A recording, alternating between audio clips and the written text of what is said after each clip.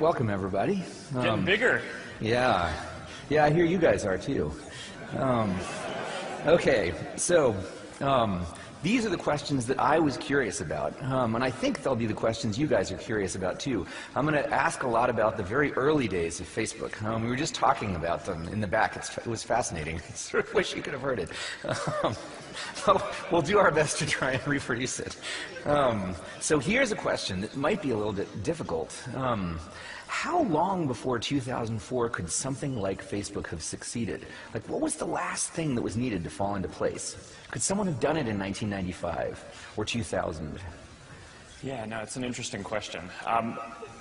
There were certain elements that we certainly bootstrapped off of and kind of used to hack early identity, right? So one of the things that people don't think about that often today is early on we wanted to establish this culture of real identity on the service. And there weren't really any other online services or communities where people were openly their real self before that. And one of the ways that we kind of determined that someone was really who they said they were and their credentials were real, where everyone had school email addresses. And I don't know how much before 2004, I assume, probably around 2000, all schools started issuing email addresses, but that was really this critical thing that made it so that we could get started. It was this counterintuitive thing that not many other services were using. So school email addresses were the original source of identity. Well, that's how you knew what school you were in. Right, and you weren't just a sock puppet.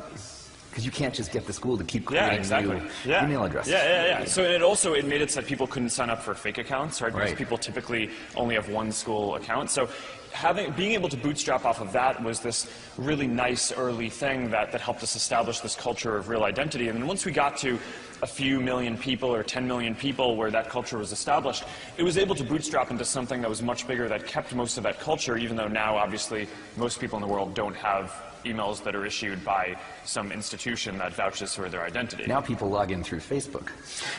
Now you're the source of identity. Well, it comes around. Yeah.